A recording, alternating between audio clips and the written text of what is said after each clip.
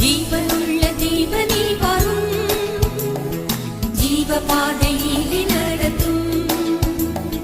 ஜீவனுள்ள தேவனே வரும், ஜீவ பாதையிலே நடத்தும். ஜீவ தண்ணீர் ஓடும் ஊற்றிலே ஜீவன் பெற என்னை நடத்தும். ஜீவ தண்ணீர் ஓடும் ஊற்றிலே ஜீவன் பெற என்னை நடத்தும். கர்த்தருக்கு ஸ்தோத்திரம். கர்த்தராகிய இயேசு கிறிஸ்துவின் நாமத்தினால உங்கள் யாவரையும் நான் வாழ்த்துகிறேன். நம்முடைய தேவன் நல்லவராக இருக்கிறார். இந்த நாளிலும் கூட கர்த்தருடைய சமூகத்தில் நாம் குடும்பமாக நாம் அமர்ந்து நம் ஆண்டவரை நாம் துதிக்க இருக்கிறோம். தேவனுடைய சமூகத்தை உணர்ந்து நாம் ஆராதிக்க போகிறோம். கடந்த நாட்களிலே தேவன் நம்மை கண்மணி போல அவர் காத்திருக்கிறார்.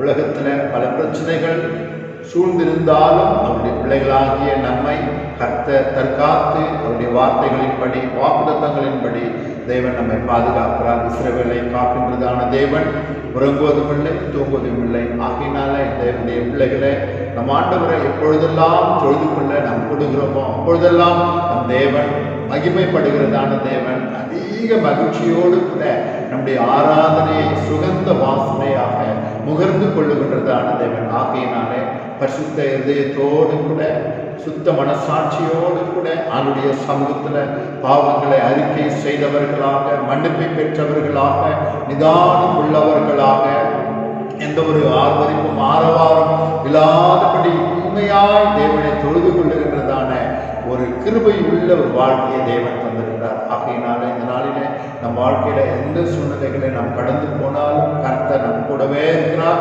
என்பதில் நாம் உறுதியாக இருப்போம். கொரோனா வைரஸினுடைய தாக்கம் இந்த நாட்களில் குறைந்து வருகின்றது என்று சொல்லுகின்றதான வார்த்தைகளை கேட்கும் பொழுது நம் உள்ளங்களில் மனமகிழ்ச்சி வருகின்றது.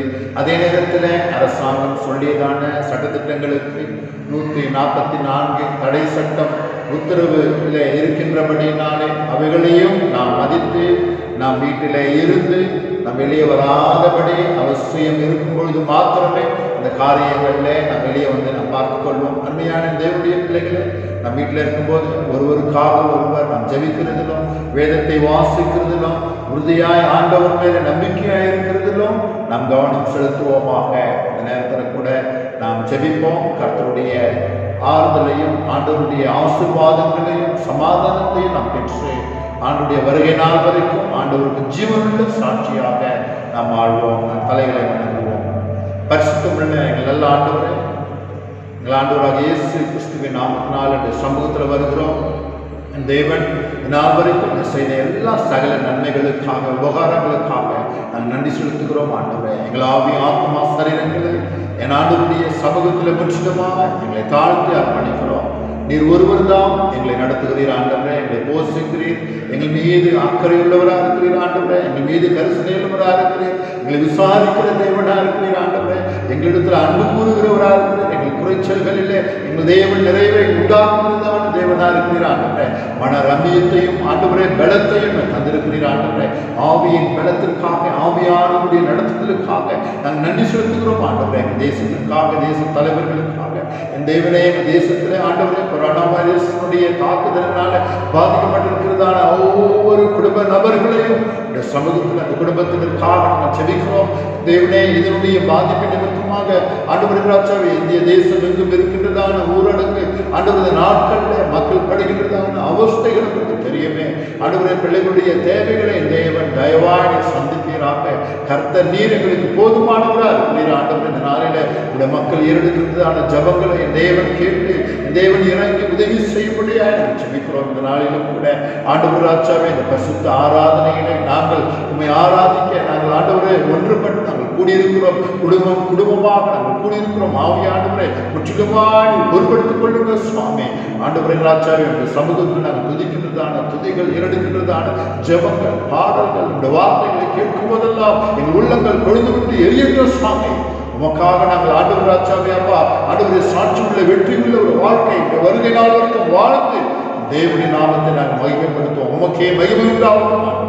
ஏற்றுக்கொள்ளும் துதி கன மகிமையை நாம் உமக்கே செலுத்துகிறோம். இயேசு கிறிஸ்துவின் மூலம் பிதாவே. ஆமென், ஆமென், அல்லேலூயா. ஆண்டவருடைய பரிசுத்த நாமத்திற்கு மகிமை உண்டாகட்டும். அருமையான கர்த்தருடைய பிள்ளைகளே, நாம் ஒரு பாடலை நாம் பாடி நாம் ஆண்டவரை நாம் ஆராதிக்க இருக்கிறோம். பின்பு நாம் கர்த்தருடைய வார்த்தையை கேட்டு அதன்படி நடந்து நம்முடைய சாட்சியுள்ள ஒரு வாழ்க்கையை, வெற்றியுள்ள ஒரு வாழ்க்கையாக அனுதினமாக நாம் வாழ்வோம். கர்த்தர் நம்மை நித்தமும் நடத்துவார். அவர் நல்லவர். அல்லேலூயா. இந்த நேரத்தில் ஒரு அருமையான ஒரு ஆராதனை பாடலை நாம் பாடுவோம். எபினேசரே உதவி நீரே, ஆராதனை உமக்கே. அந்த பாடலை நாம் பாடுவோம். உண்மையாகவே உதவி செய்கின்றதான ஆண்டவர் நம்மோடு கூட இருக்கிறார். அல்லேலூயா. ஆமென்.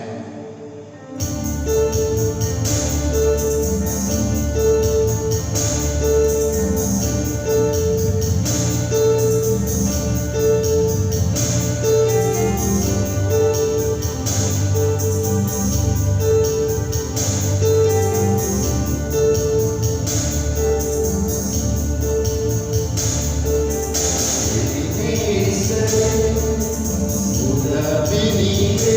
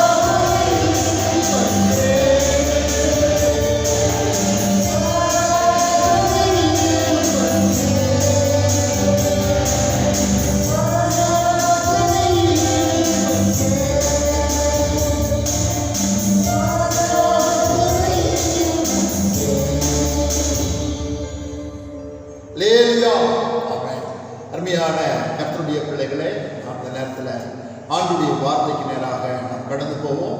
அதற்கு மகிமை உண்டாகட்டும். அருமையானவர்களே, நாம் ஜெபித்த வண்ணமாக ஆண்டவருடைய பிரசன்னம் நம்மோடு கூட இருக்கிறதை நான் உணர்கிறேன். பரிசுத்த ஆவியானவர் உலகமெங்கும் அவர் வியாபித்திருக்கிறார்.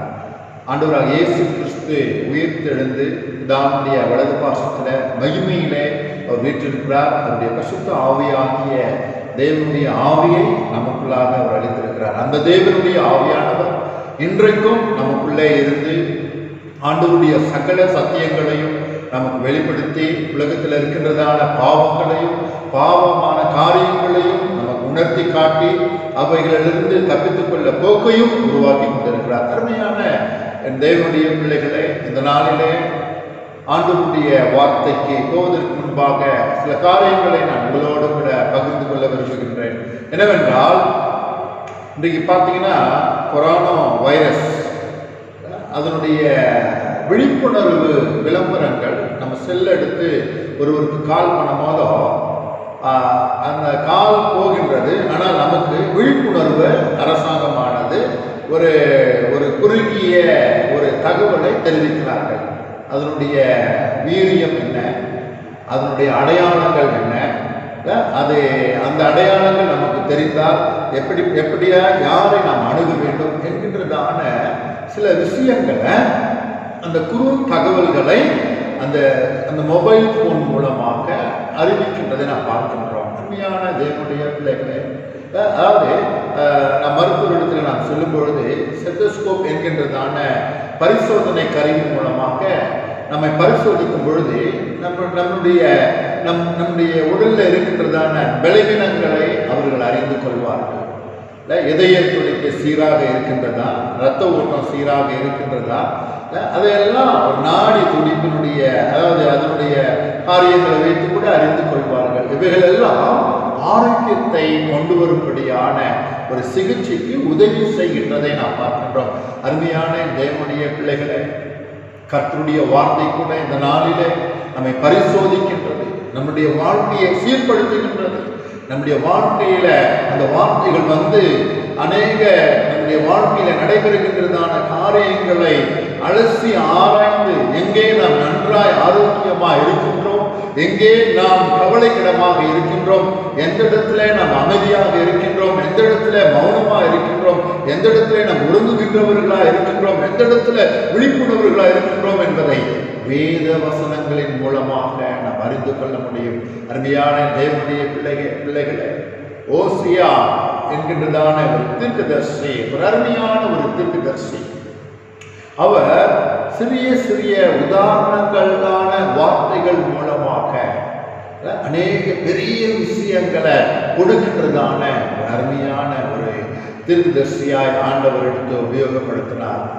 இந்த நாளிலே அந்த சத்தியத்தினுடைய தலைப்பாக அரை வேக்காடு உணவுக்கு ஆகாது என்கின்றதான தலைப்பிலே நான் உங்களோடு கூட திருப்பி போடாத அப்பம் என்கின்றதான தலைப்பில் உங்களோடு கூட ஆண்டவருடைய வார்த்தையை பகிர்ந்து கொள்ள நான் விரும்புகிறேன். இன்னொரு கூட இந்த வசனத்துக்கு நீங்கள் திருப்பிக் கொள்ளுங்கள். ஓசியா 7ஆம் அதிகாரம் 8வது வசனம். ஓசியா 7ஆம் அதிகாரம் 8வது வசனம். அதுல அது கடைசி வரிகளை நான் வாசிக்கின்றேன். அருமையான தேவனுடைய பிள்ளைகளை, எப்ராஹிம் திருப்பி போடாத அப்பம் என்று அங்கே குறிக்கின்றதை நாம் பார்க்கின்றோம். தோசை, சப்பாத்தி இவைகள்லாம் நீங்க பார்த்தீங்கன்னா நாம் தவால வச்சு செய்வாங்க, இது திருப்பி போட்டு செய்வாங்க. மசால் தோசைலாம் கடையில் வாங்குறதுலாம் திருப்பிலாம் போடுறதே இல்லை.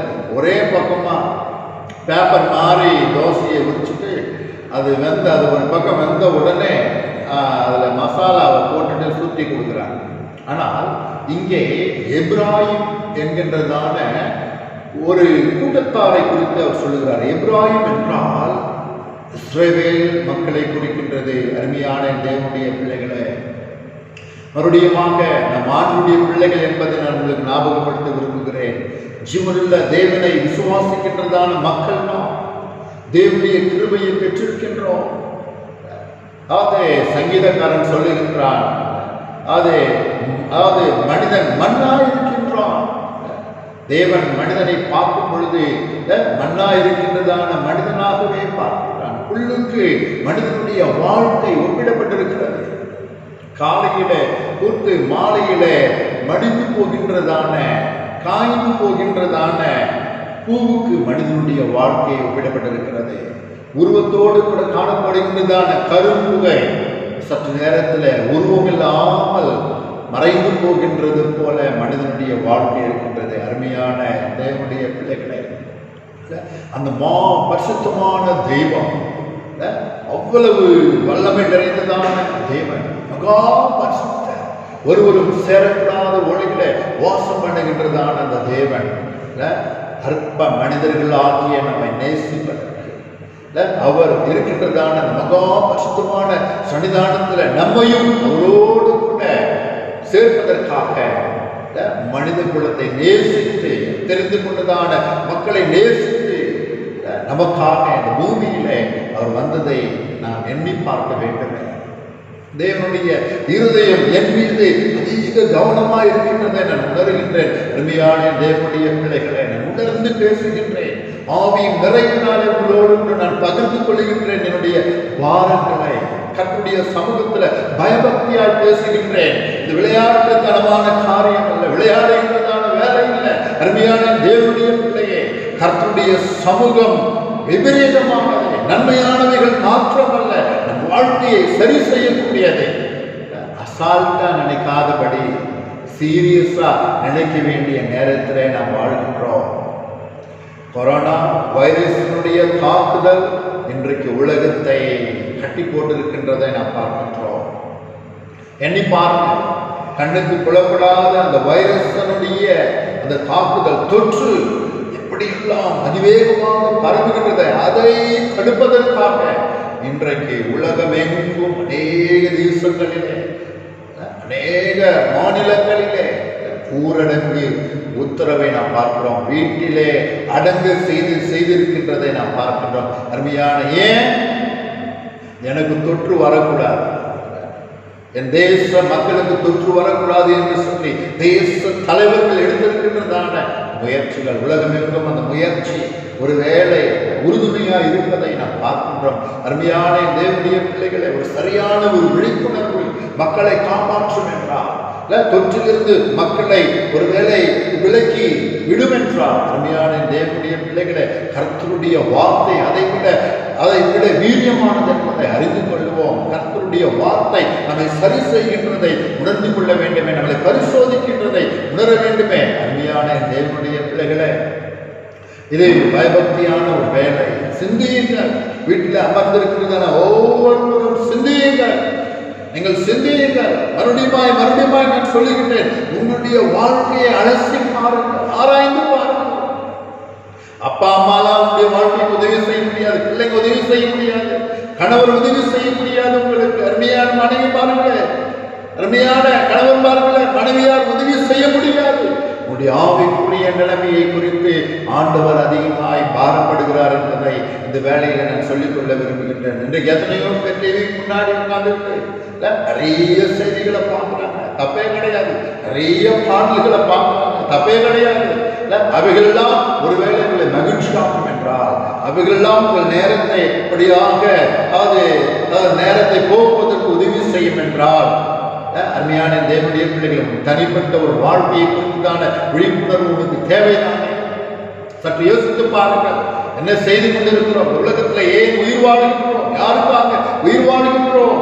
யாருக்காக சம்பாதிக்கின்றோம்? இந்த உலகத்தில் வாழ்வதற்காகவா? அருமையான தேவனுடைய பிள்ளைகளை, உலக வாழ்க்கையை தந்தவர் தேவன்.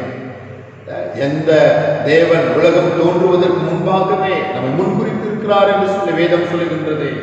தாயின் கருவிலே உருவாகும் பொழுதே நீ எப்படிப்பட்டதான முக தோற்றத்தோடு கூட என் நிறத்தோடு கூட நீ இருப்பாய் என்பதை தேவன் அறிவாரே. எந்த உலகத்துல எந்த இடத்துல நீ பிறக்க வேண்டும், எந்த இடத்துல வாழ வேண்டும், நீ யாரோடு கூட வாழ்க்கை படுவாய், எந்த திருசபையில தேவன் உன்னை நாட்டுவார் என்பதெல்லாம் தேவன் குறித்திருக்கிறார்.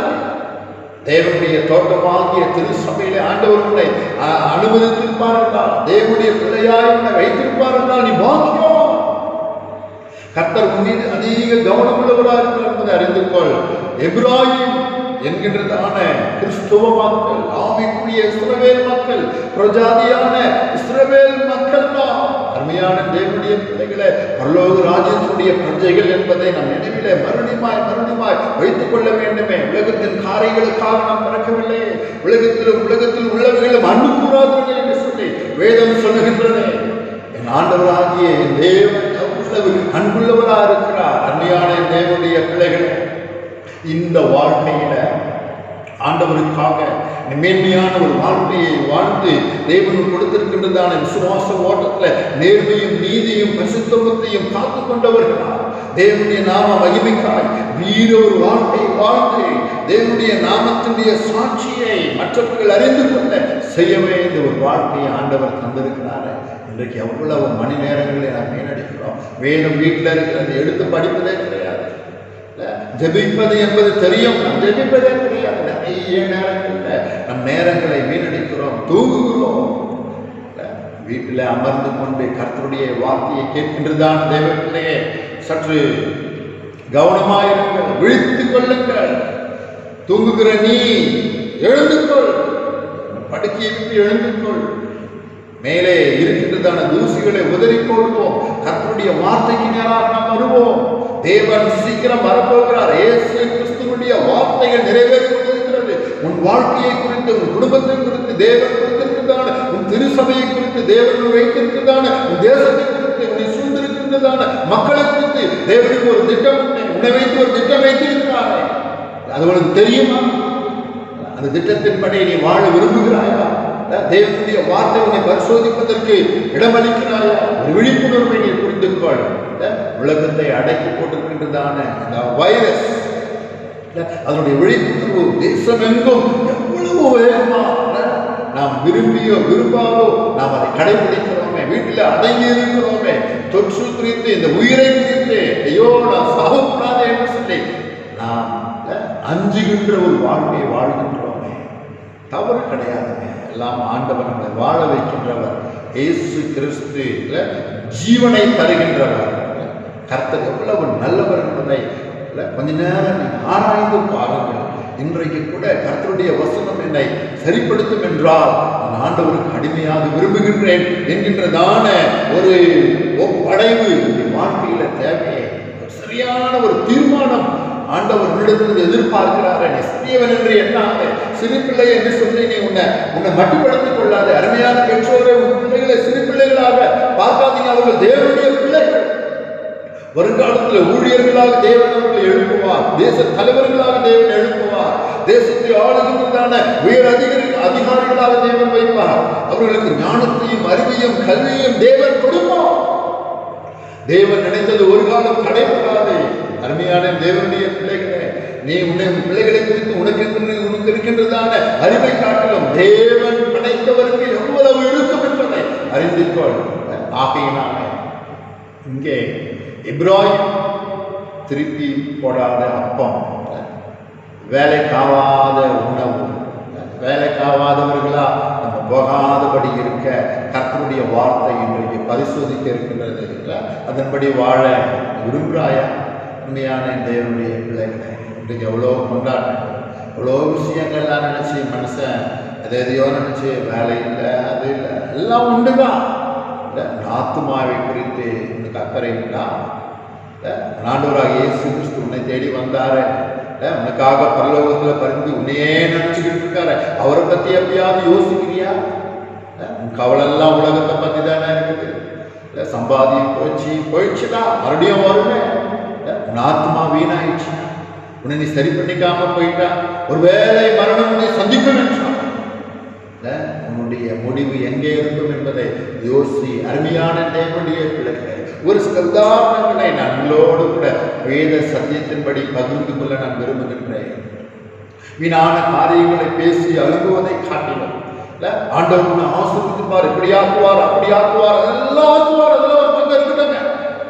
நீ ஆண்டவர் முன்னாடி எப்படி இருக்கிற என்பதை ஆண்டவர் பரிசோதிக்கும் போது நீ சரியா இல்லைன்னா, ஆண்டவர் நினைத்தபடி உன் வாழ்க்கை இல்லைன்னா, ஒருவேளை உன்னுடைய மனக்கோட்டை எல்லாம் வீணாயிடுச்சுன்னா நீ என்ன பண்ணுவீங்க? கொஞ்ச நேரம் யோசனை பண்ணி பாருங்க. ரொம்ப சீரியஸான மேட்டரை நான் உங்களோட கூட பேசிக்கிட்டு இருக்கேன். சும்மா ஒரு விளையாட்டுத்தனமா இல்லைங்க. உலகம் எப்படி போகுதுன்னா எனக்கு தெரியல, கரெக்டா நடத்துகிறார் என்பது மாத்திரம் தான் தெரியும். ஒவ்வொரு மனிதனையும் போஷிக்கிறார், நல்லோர் மேலும் தீயோர் மேலும் நமது சூரியனையும் மழையையும் பெய்ய பண்ணுகிறார். தேவன் உலகத்துல ஆண்டவர் படைத்ததான சர்வ சிருஷ்டிக்கும் அந்தந்த நேரத்தில் என்னென்ன செய்யணுமோ அதை செய்கிறார். அவைகளுக்கு ஆகாரம் கொடுக்கின்றார். எங்கேயோ கூவுகின்றதான குருவிக்கும் பறவைக்கும் ஆகாரம் கொடுக்கின்றதான தேவன். ஆகாயத்தில் பறக்கின்றதான அது குருவிகளை காட்டிலும் பறவைகளை காட்டிலும் நீங்க விசேஷித்தவர்கள் அல்லவா என்று சொல்லி தேவன் நம்ம விசேஷித்தவர்களா வச்சிருக்கிறாங்களே, அந்த சீரியஸ்னஸ் தெரியுமா? அவர் சும்மாவா ஆண்டவர்? நம்ம என்ன நினைச்சுட்டு இருக்கோம்? அருமையான தேவனுடைய பிள்ளைகளை வாழ்க்கையை சரி செய்து கொள்ளுவோம். ஆண்டவருக்காக உண்மை உள்ள விசுவாசியான எழுப்புவோம். ஆண்டவருடைய நாம மகிமைக்காகவே வாழ்வோம். அந்த தீர்மானம் எடுங்க, அது போகும். தேவர்களை காப்பாற்றுவார். இயேசு கிறிஸ்து ஒரு காலம் கைவிடவே மாட்டார்.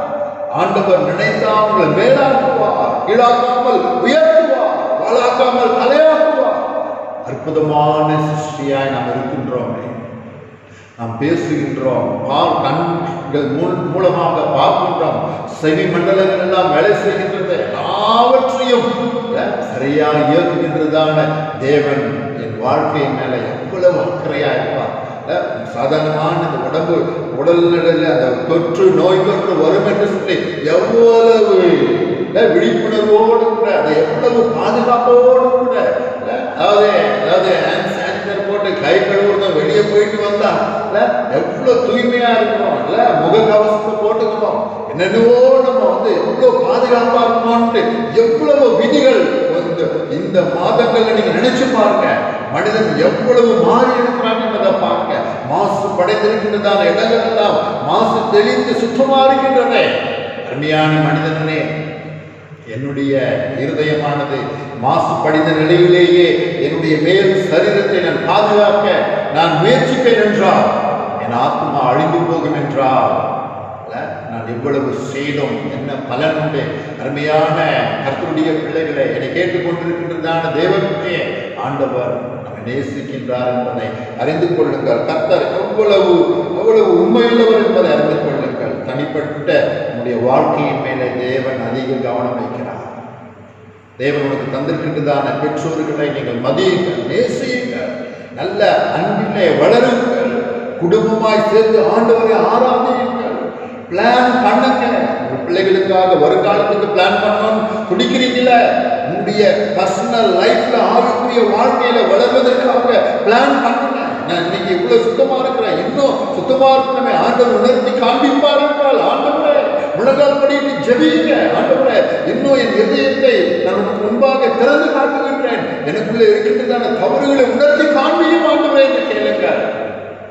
ஆண்டவர் செய்யாமல் இருப்பாரா? அருமையான தேவனுடைய பிள்ளைகளை வார்த்தைகள் மூலமா வேகமா ஆச்சரியமாக உனக்கு உதவி செய்ய வருவாரே.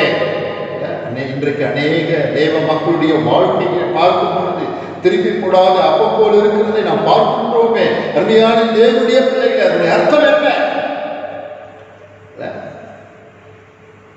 அரைக்குறையான கீழ்ப்படிதல். தேவன் ஒப்பு கொடுக்க சொல்லுவார், சும்மா அப்படியே ஆண்டவரே என்ன ஒப்பு கொடுக்குற ஆண்டவரே, that's all. But next day அதை பத்தி எந்த ஒரு ஆக்டிவிட்டியும் இருக்கவே இருக்காது, மறந்தே போயிருப்போம்.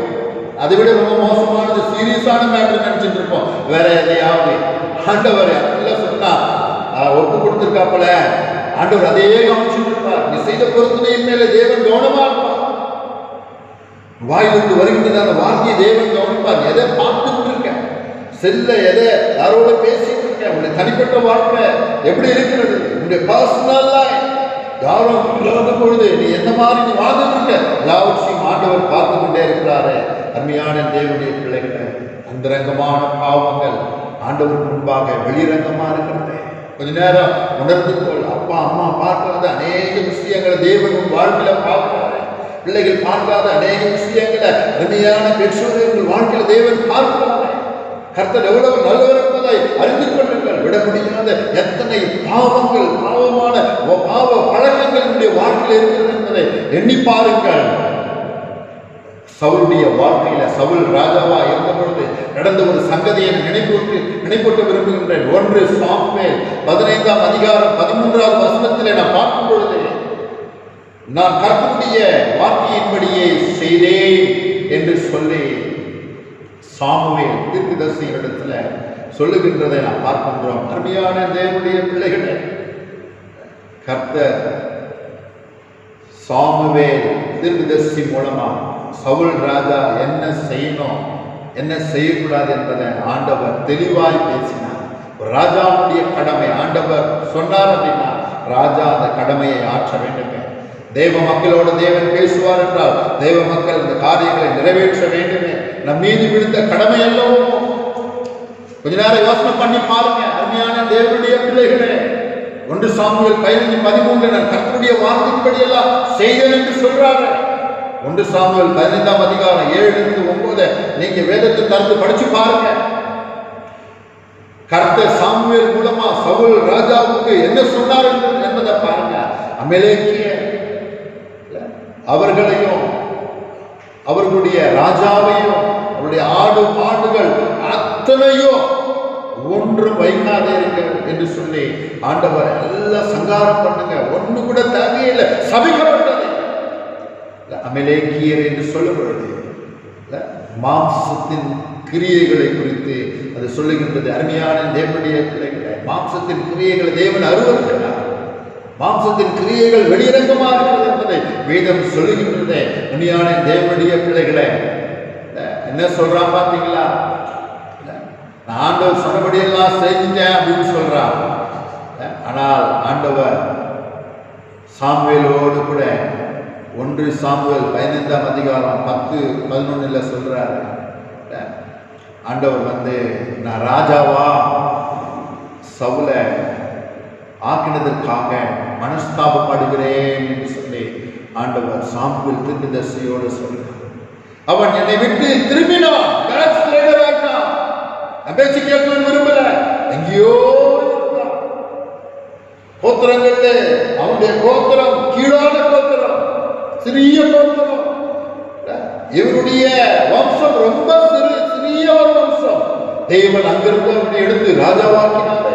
ரவியான தேவனுடைய பிள்ளைகளை முன்னாவது இந்த பழைய நிலைமையை எண்ணிப்பார். இன்றைக்கு தேவனுடைய ஒரு போதகராக ஒரு சபையினுடைய ஊழியராக வைத்திருப்பார் என்றால், ஒரு அருமையான விசுவாசியாக வைத்திருப்பார் என்றால், அருமையான உடன் ஊழியராக வைத்திருப்பார் என்றால், ஆண்டவர் அநேக ஊழியர்களை எடுத்து செய்யக்கூடியதான திறமைகளையும் தாழ்வுகளையும் வல்லமையையும் வரங்களையும் தந்திருப்பார் என்றால் தேவனுக்குரியது என்பதை மறந்து போகாமலே ஆண்டவர் சொன்னதை செய்வதற்காக வாழ்க்கையை அர்ப்பணித்திருக்கிறாயே. எல்லாம் மறந்துட்டீங்களா? சவுல் மறந்துட்டானே, ராஜபாரம் பெருசா போயிடுச்சு, நான் நினைச்சது செய்யறதுதான் சட்டம் நினைச்சுட்டானே, ஆண்டவர் விட்டாரா என்பதை பாருங்க.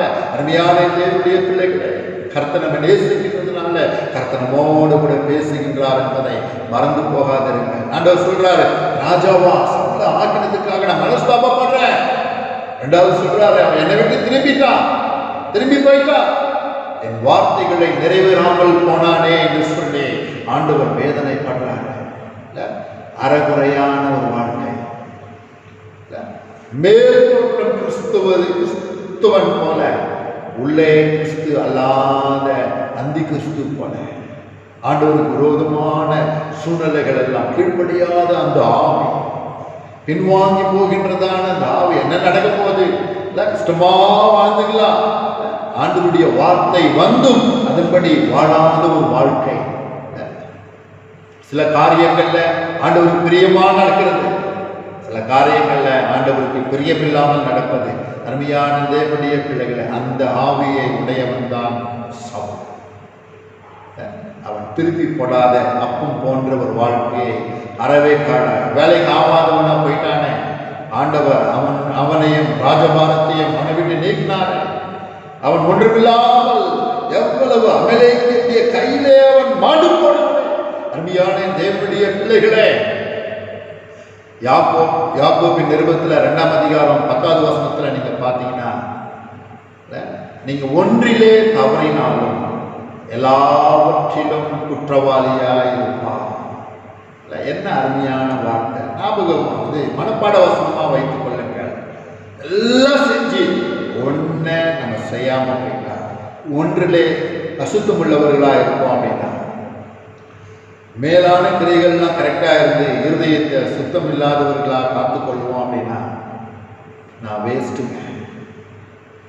நானுடைய வசனத்தை எடுத்து போதிக்கிறதுல அர்த்தமே இல்லை. நான் ஒரு மாயமானக்காரனா இருப்பேன், அநியாயக்காரன், ஆண்டுடைய பார்வையில அக்கிரமம் செய்கிறவனா இருப்பேன். அருமையான தேவனுடைய பிள்ளைகளே, யாக்கோபு 3ஆம் அதிகாரம் 11வது வசனம் சொல்லுகிறது, சகோதரரே இப்படி இருக்கலாகாது, ஒரே ஊற்று கண்ணிலிருந்து தித்திப்பும் கசப்புமான தண்ணீர் சுரக்குமா? மறுபடியும் நான் சொல்றேன், சகோதரரே இப்படி இருக்கலாகாதே, ஒரே ஊற்று கண்ணிலிருந்து தித்திப்பும் கசப்பான தண்ணீர் சுரக்குமா? அதனுடைய அர்த்தம் என்ன தெரியுமா? அருமையான எபிராயிம் என்று அழைத்ததான கர்த்தருடைய பிள்ளைகளே, ஒரு இடத்துல யோக்கியம் உள்ளவர்களா இருந்து மற்றொரு இடத்துல அயோக்கியதனமான பண்ணிட்டு இருக்கிற ஒரு காரியத்தை பற்றி சொல்றோம். ஒரு இடத்துல சண்டை போடுறவங்களா இருக்கிறோம், இன்னொரு இடத்துல சண்டையே போடாத ஒரு நல்ல ஆட்கள் மாதிரி இருக்கிறோமே. ஒரு இடத்துல துதிக்கிறோம், இன்னொரு இடத்துல தூசிக்கிறவர்களா இருக்கிறோமே. ஒரு இடத்துல கொடுக்கிறோம், ஒரு இடத்துல திருடுகிறவர்களா இருக்கிறோமே. ஒரு இடத்துல உண்மையற்றவர்களா இருக்கிறோம், ஒரு இடத்துல உண்மையான ஆள் மாதிரி இருக்கிறோமே, பரிசுத்தவான் மாதிரி இருக்கிறோமே, வெளி உலகத்துல நடிக்கிறவர்களா இருக்கிறோமே. நிறைய இடத்துல நம்முடைய வாழ்க்கையை எண்ணி பாருங்க. ஞாயிற்றுக்கிழமை வந்துச்சுன்னா இன்னைக்கு பார்க்கணும், நம்முடைய தேசத்துல நம்ம இருக்கின்றதான குடியிருப்புல எல்லாம் நிறைய தேவனுடைய பிள்ளைங்க என்று சொல்றவங்க ஞாயிற்றுக்கிழமை காலை விசுவாசியா, ஆராதனை விசுவாசியா, அதெல்லாம் ஆராய்ச்சி. இந்த 2 மணி நேரம் 3 மணி நேரம் கூட தாக்கு பிடிக்கிறது அதுலயும் உண்மை இல்லை. மற்ற நாள்ல நான் திங்கட்கிழமையிலிருந்து சனிக்கிழமை வரைக்கும் பார்க்கணுமே, மனம் போன போக்கில வாழ்கின்றதான ஒரு வாழ்க்கை.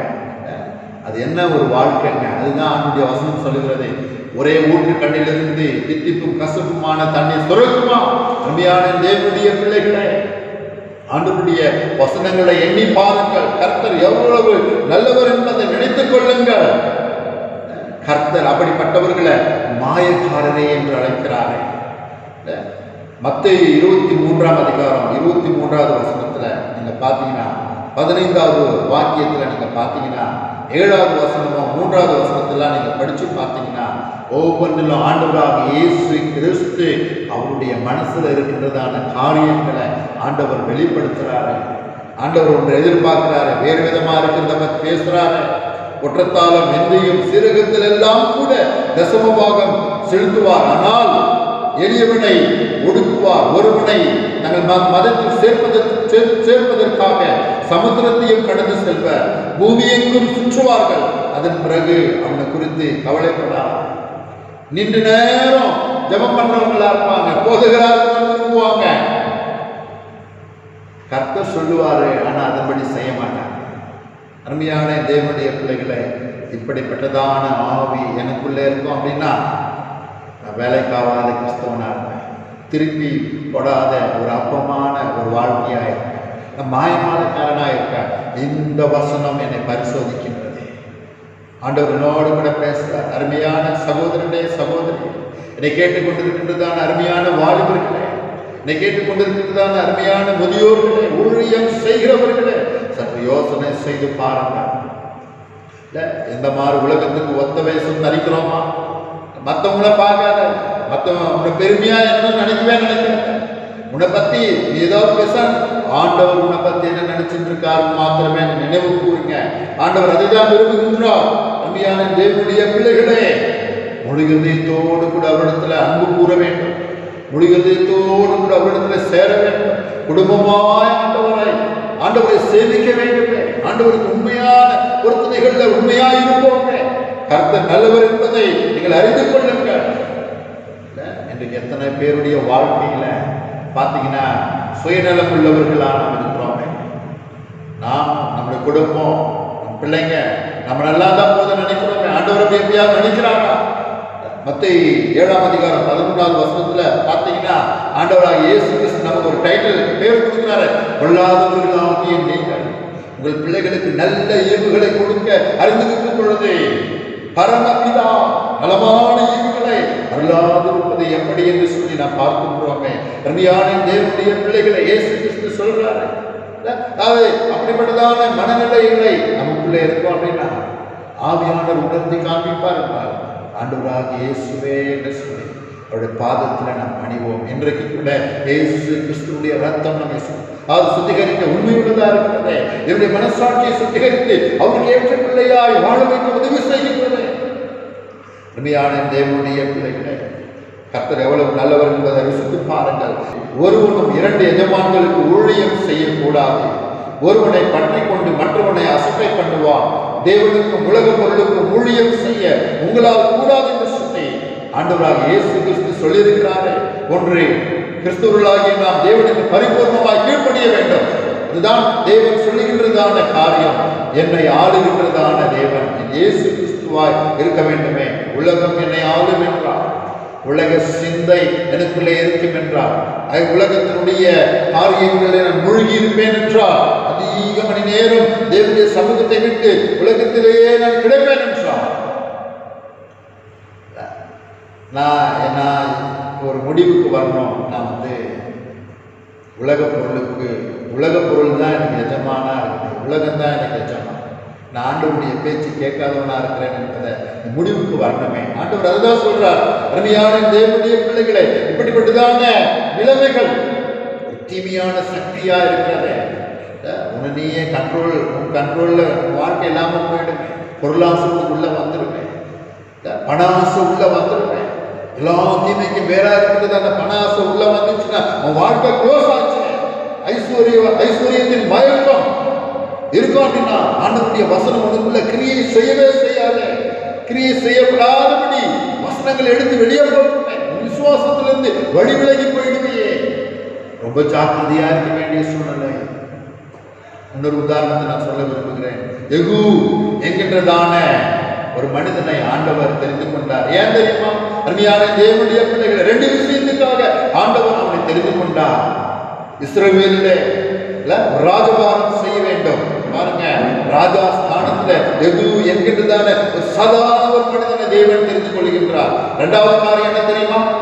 இஸ்ரவேலின் ராஜாவாக இருந்ததான ஆகாப் அந்த ராஜாவையும் ராணி யேசபேல் காரியங்கள் எல்லாவற்றின் மேலும் கர்த்தர் நியமித்ததான தண்டனையை நிறைவேற்றும்படியாக கர்த்தர் யெகூவை தெரிந்து கொண்டார்.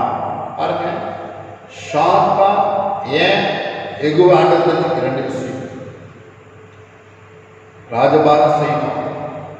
கர்த்தருக்கு அருவருப்பான காரியங்களை செய்ததான அந்த ராஜாவையும் அவனுடைய குடும்பத்தையும் ஒன்றுமில்லாமல் கர்த்தர் நியமித்ததான தண்டனை நிறைவேற்ற வேண்டும் என்று சொல்லி தேவன் விரும்பினார். அருமையான தேவனுடைய பிள்ளைகளை, கொஞ்ச நேரம் யோசனை பண்ணி பாருங்க.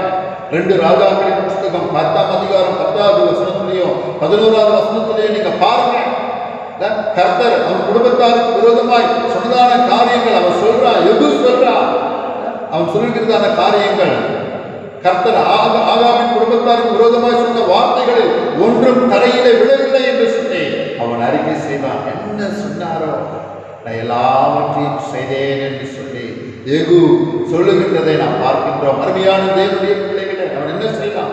பாகாலின் தீர்க்கதரிசிகளை அவன் கொன்று அங்கிருந்ததான விக்கிரக சிலைகளை தகர்த்து கோவில்களை இடித்து பாழாக்கினான். அதே 2 ராஜாக்கள் 10ஆம் அதிகாரம் 30-31 நீங்க பாருங்க. ஆனாலும் யெகூ இஸ்ரவேலின் தேவனாகிய கர்த்தரின் நியாய பிரமாணத்தின்படி தன் முழு இதயத்தோடும் நடக்க கவலைப்படவில்லை என்று சொல்லி ஆண்டவருடைய வசனம் சொல்லுகின்றது.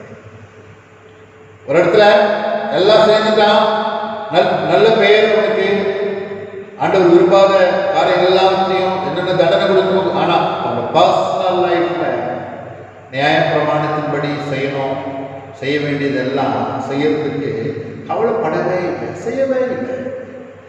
அப்போ அவன் என்ன தெரியுமா இருந்திருக்கிறான்? ஒரு தெய்வ மனுஷனா ஆண்டவர் உபயோகப்படுத்தும் பாத்திரமா அவன் இல்லை, ஒரு கருவி மாறி அவன் யூஸ் ஆகிருக்கிறான் ஆண்டவருக்கு.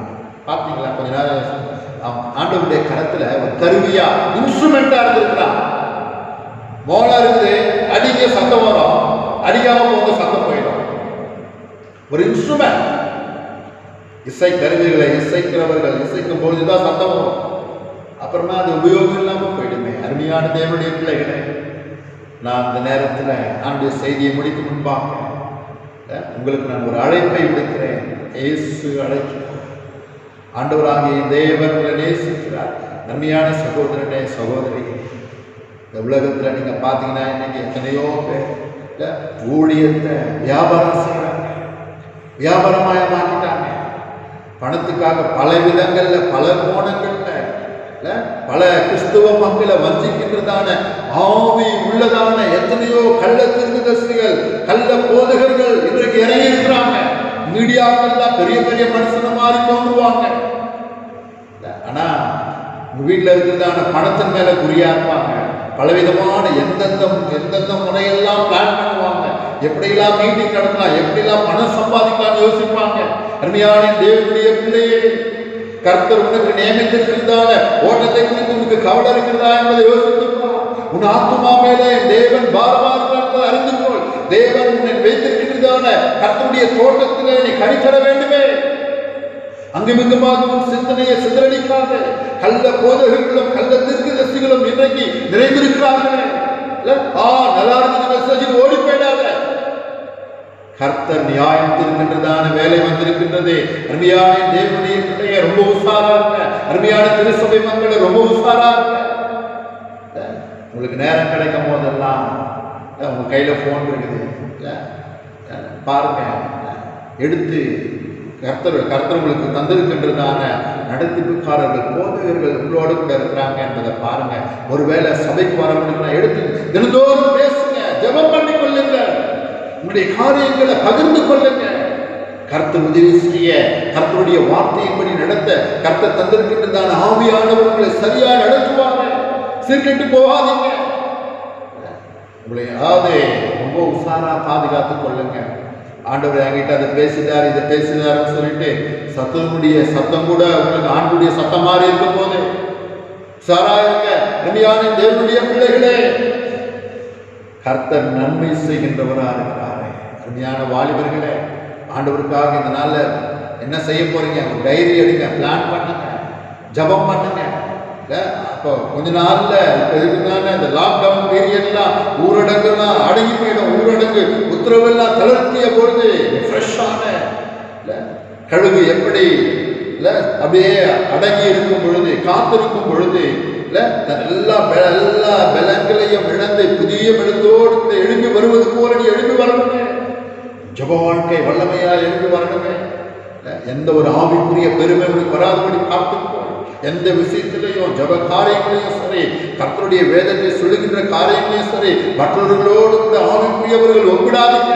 நான் பரவாயில்ல, ரொம்ப மோசமா இருக்காங்க, அது மோசமான ஒரு ஆவி, அது வேண்டாம். ரொம்ப ஜாக்கிரதையா இருங்க. மனிதர்களை கடவுளை போல நினைக்காதீங்க. மனிதர்களை நம்ப வேண்டாம் என்று சொல்லி வேதம் சொல்லுகிறது. மனுஷனை நம்புவதை பார்க்கலாம் கர்த்தர் பேரில் பற்றுதலாயிருப்பது நல்லது என்று வேதம் சொல்லுகின்றது. நாம் உபயோகமுள்ள பாத்திரம். கர்த்தர் நம்மை உண்டாக்குறதான சிருஷ்டிகரர். உபயோகிக்கும் பாத்திரவான்களாக நாம் மாறுவோம். ஆண்டவர் எதிர்பார்க்கிறார். அருமையான திருசபை மக்களே, அருமையான தேவனுடைய பிள்ளையை, அருமையான வாலிபனை, அருமையான சிறு பிள்ளைகளை, கர்த்தர் வைத்திருக்கின்றதான அந்த தோட்டம் திருசபைக்கு, திருசபையில தேவன் உன்னை எடுத்து உபயோகப்படுத்த உண்மையான ஆண்டவரும் ஒப்புக்கொண்டு பயப்படாத. தேவனுக்கு கல்வி மானுக்கொத்த ஞானத்தை தேவன் தருவார். பள்ளியின் படிப்புல சிறந்து விளங்க கர்த்தருக்கு ஞானத்தை தருவார், புத்தியை தருவார். பிள்ளைகளை குறித்தும் பிள்ளைகளுடைய எதிர்காலத்தை குறித்து கவலைப்படாதீங்க, கர்த்தர் பார்த்துக் கொள்வார். ஆண்டவரிடத்துல சேர்ந்து ஜெபிக்கிறவர்களா மாறுங்க. பரிசுத்தத்தையும் நீதியையும் உண்மையும் நாடுவோம். ஆண்டவர் சீக்கிரமா வரப்போகிறார் என்கின்றதான உணர்வுல ஆண்டவர் அறியாத மக்களுக்காக நாம் ஜெபிப்போம். அந்த ஆத்துமாக்கள் மேல பாரப்படுவோம். கர்த்தர் உனக்கு வைத்திருக்கின்றதான எந்த நோக்கத்தை அறிந்து கொள். அந்த நோக்கத்திற்காக வாழுங்கள். திசை தெரியாம திக்கு தெரியாம எங்கேயாவது போயிட்டு முட்டி மோதி கிடைக்காதீங்க. கர்த்தர் நல்லவனா இருக்கிறாரு, சரியான வழியில உங்களை நடத்துவார். இந்த நேரத்தில் நம் கண்களை மூடி நம் ஆண்டவரை நோக்கி நாம் பார்ப்போம். ஒருவேளை இந்த வாரத்தில் ஒரு சிலவங்களுக்கு பர்த்டே வரலாம், வெட்டிங் டே வரலாம், மற்ற காரியங்கள் ஒரு சிறந்த ஒரு காரியங்கள்லாம் ஒரு நினைவு கூறலாம். கர்த்தர் பார்த்துக் கொள்வார். கர்த்தர் உங்களை ஆஸ்வதிக்க உண்மையுள்ளவராக இருக்கிறார். பரிசுத்தமுள்ள எங்கள் நல்ல ஆண்டவரே, நன்றியோடு வந்திருக்கிறோம். தர்மையான வேலையில சுவாமி சவுல் ராஜாவுடைய வாழ்க்கையில ஆண்டவரே இருந்ததான கீழ்ப்படியாத ஆவி, திருப்பி போடாத அப்பம் போன்ற உபயோகமில்லாத ஒரு ஆளாய் மாறி வீணான ஒரு மனிதனாய் ஆனார். அவனை படைத்ததற்காக, ராஜாவாய் ஆக்கினதற்காக தேவனே நீ மனஸ்தாபப்பட்டீரே, என் வாங்கி போயிட்டானே என்று சொல்லி நீ வேதனைப்பட்டீரே ஆண்டவரே. என் வார்த்தைகளின்படி அவன் செய்யவில்லை என்று சொல்லி அங்கலாய்க்கிறேன். அப்படிப்பட்டதான ஒரு விபரீதமான ஒரு சூழ்நிலை ஆண்டவரே அடியானுக்கும் ஆண்டவரே என்னை கேட்டுக்கொண்டிருந்தால் நம்முடைய மக்களுக்கும் ஒருவருக்கும் வராதபடி எங்கள் மீது தயவாக இருக்க ஆண்டவரே, எங்களை மன்னியுங்க ஆண்டவரே. எத்தனையோ முறை விரோதமாய் பாவம் செய்திருக்கிறோம், மன்னியுங்க ஆண்டவரே. பொறுத்ததைகளில் உண்மையாக இல்லை, எங்களை மன்னியுங்க ஆண்டவரே. எங்கள் மீது இரக்கமாயிருங்க ஆண்டவரே. ஒவ்வொருவரும் என்னை நேசிக்கிறீர்கள், எங்களை நேசிக்கிறீர்கள், ஊழியத்தை தந்திருக்கிறீர்கள் ஆண்டவரே. எத்தனையோ நேரங்களில் நாங்கள் ஆண்டவரே அப்பா அநேக உம்முடைய காரியங்களில் அசட்டை பண்ணியிருக்கிறோம், எங்களை மன்னியுங்க ஆண்டவரே. அந்த எந்த சவுளுடைய ஆவி எந்த நபருக்குள்ளும் கிரியை செய்யப்படாதபடி உதவி செய்வீராக ஆண்டவரே. எங்களுடைய எஜமான் எங்கள் ஆண்டவராகிய இயேசு கிறிஸ்துவே ஆண்டவரே, உலகம் எங்களுக்கு எஜமானா இல்லாதபடி உலகத்துக்கு உண்மையுள்ளவர்களாக இருக்க ஆண்டவருடைய வார்த்தை நிமித்தமாய் உலகத்துக்காக ஜெபிக்கிறவர்களாக இருக்கிறவர்களாக எங்களை மாற்றுங்க ஆண்டவரே. ஆண்டவரே, ஒரே ஊற்று கண்ணிலிருந்து தித்திப்பும் கசப்புமான தண்ணீர் வருவதில்லையே. நாங்கள் உண்மையுள்ளவர்களாக இருப்போம் என்றால் உண்மையுள்ளவர்களாக நாங்கள் இருக்கணும் ஆண்டவர். உலகத்துக்கு ஒத்துவேசம் தெரியாதபடி எங்களை நாங்கள் பாதுகாத்துக் கொள்ள கிருபை செய்ய மாட்டோம். மனுஷனை நம்புவதை பார்க்கலாம், கர்த்தர் பேரிலே பற்றுதலாக இருப்பது நலம் என்று சொல்லிதே ஆண்டவரே.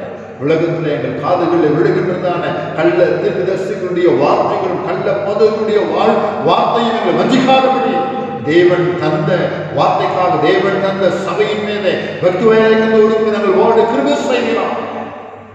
தேவனே எங்களை அர்ப்பணிக்கிறோம். நல்ல முன்மாதிரிகளாக நிலைத்திருக்கும் கடைகளை தருகிறவர்களாக, இரவும் பகலும் கர்த்தருடைய வேதத்தில் தியானமா இருக்கின்றதான மனிதர்களாக நாங்கள் வாழ, கர்த்தரின் மேய்ப்பராக என்று சொல்லி ஆண்டவரே அப்பா உங்களுடைய அடைக்கல பட்டணத்தில் நாங்கள் வாழ தாழ்த்துகிறோம். இன்றைக்கு கூட ஆண்டவரே வியாதியோடு கூட வேதனையோடு கூட இருக்கிற மக்கள் உண்டு சுவாமி, பலவீனமா இருக்கிற மக்கள் உண்டு சுவாமி, ஆண்டவரை நோய் தொற்று ஆண்டவரை தாக்கிய மனிதர்கள் உண்டு சுவாமி. தேவனை இறங்கி உதவி செய்யலாம். இந்த பிள்ளைகளுடைய பசிகளை தீர்ப்பீராக, குறைகளை தீர்ப்பீராக. தேவனை இந்த சூழ்நிலைகள் சீக்கிரத்தில் மாற வேண்டும் ஆண்டவரே. தேசம் திருந்த வேண்டும். ரத்தம் எங்கும் ஆண்டவரே அப்பா தேசத்து மேலே, தேச மக்கள் மேலே தெளிக்கப்படவே ஆண்டவரே. ஆண்டவரே, அசுத்தங்கள் நீங்கி பொய்கள் எல்லாம் கலைக்கப்பட்டு உண்மையுள்ளவர்களாக ஒவ்வொரு மனிதர்களும் மாறணுமே. எங்களை பரிசுத்தமாக ஆண்டவரே எங்களை தாழ்த்தி அர்ப்பணிக்கிறோம் ஆண்டவரே. ஆவியினாலே நாங்கள் நடத்தப்பட ஒரு விஷயங்களை தாழ்த்தி அர்ப்பணிக்கிறோம். ஏற்று ஆண்டவரே இந்த வாரத்தில் ஆண்டவரே அப்பா ஆண்டவரே ராஜாவே என்னுடைய பிறந்த நாள் ஆண்டவரே அப்பா தன்னுடைய ஆண்டவரே திருமண நாள் மற்றும் விசேஷ இந்த நாட்கள் நினைவு கூற இருக்கின்றதான ஒவ்வொரு பிள்ளைகளையும் ஆசீர்வதிப்பார் ஆண்டவரே. யாரும் நமக்கு தூரமானவர்கள் அல்லவே. கர்த்தனை நல்லவராக நேசிக்கிறீரே. ஒவ்வொருவரும் நாங்கள் நேசிக்க, மன்னிக்க, அன்பு கூற கிருபை செய்யும். எங்கள் பலவீனங்களை மன்னியும் சாமி, எங்களை பலப்படுத்துங்க ஆண்டவரே. இந்த கிருபையினால் எங்களை தாங்கிக் கொள்ளுங்க ஆண்டவரே. ஆண்டவரே, நீ தந்த கிருபையை போக்கடிக்காதபடி உண்மையுள்ளவர்களாக வாழ உதவி செய்யும். நாங்கள் ஒவ்வொருவருக்காக நாங்கள் ஜெபிக்கிறவர்களாக, ஜெப வீரர்களாக, வீராங்கனைகளாக எங்களை மாற்றும். தொடர்ந்து வழிநடத்தும் ஏற்றுக்கொள்ளும். துதி கனம் மகிமை எல்லாம் நமக்கே செலுத்துகிறோம் இயேசு கிறிஸ்துவின் மூலம் பிதாவே. என் ஆத்மாவே கர்த்தரை ஸ்தோத்திரி, என் முழு உள்ளமே அவருடைய பரிசுத்த நாமத்தை ஸ்தோத்திரி. என் ஆத்மாவே கர்த்தரை ஸ்தோத்திரி, அவர் செய்த சகல உபகாரங்களையும் நம்முடைய கர்த்தராகிய இயேசு கிறிஸ்துவுடைய கிருபை, பிதாவாகிய தேவனுடைய அன்பு, பரிசுத்த ஆவியானவருடைய அந்யோன்ய ஐக்கியமும் ஆசீர்வாதமும் சமாதானமும் பாதுகாப்பும் வழிநடத்தும் நம்மோடும் சகல பரிசுத்தவான்களோடு ஆண்டுடைய வருகை மட்டும் என்றும் இருப்பதாக. ஆமென், ஆமென், ஆமென். அல்லேலூயா. கர்த்தர் உங்கள் அனைவரையும் ஆசீர்வதிப்பாராக. தொடர்ந்து ஆண்டவர் நடத்துவார். தொடர்ந்து என்னோடு கூட ஒரு வாரத்தில் ஒரு முறையாவது ஃபோன் பண்ணி ஜெபித்துக் கொள்ளுங்கள், விசாரியுங்கள். என்னோடு கூட தொடர்ந்து ஃபோன் பண்ணி பேசுகின்றதான மக்கள் உண்டு. அருமையான நீங்கள்லாம் வீட்டில் உங்களுடைய நேரங்கள் உங்களுக்கு தான் தெரியும், ஃப்ரீ டைம்.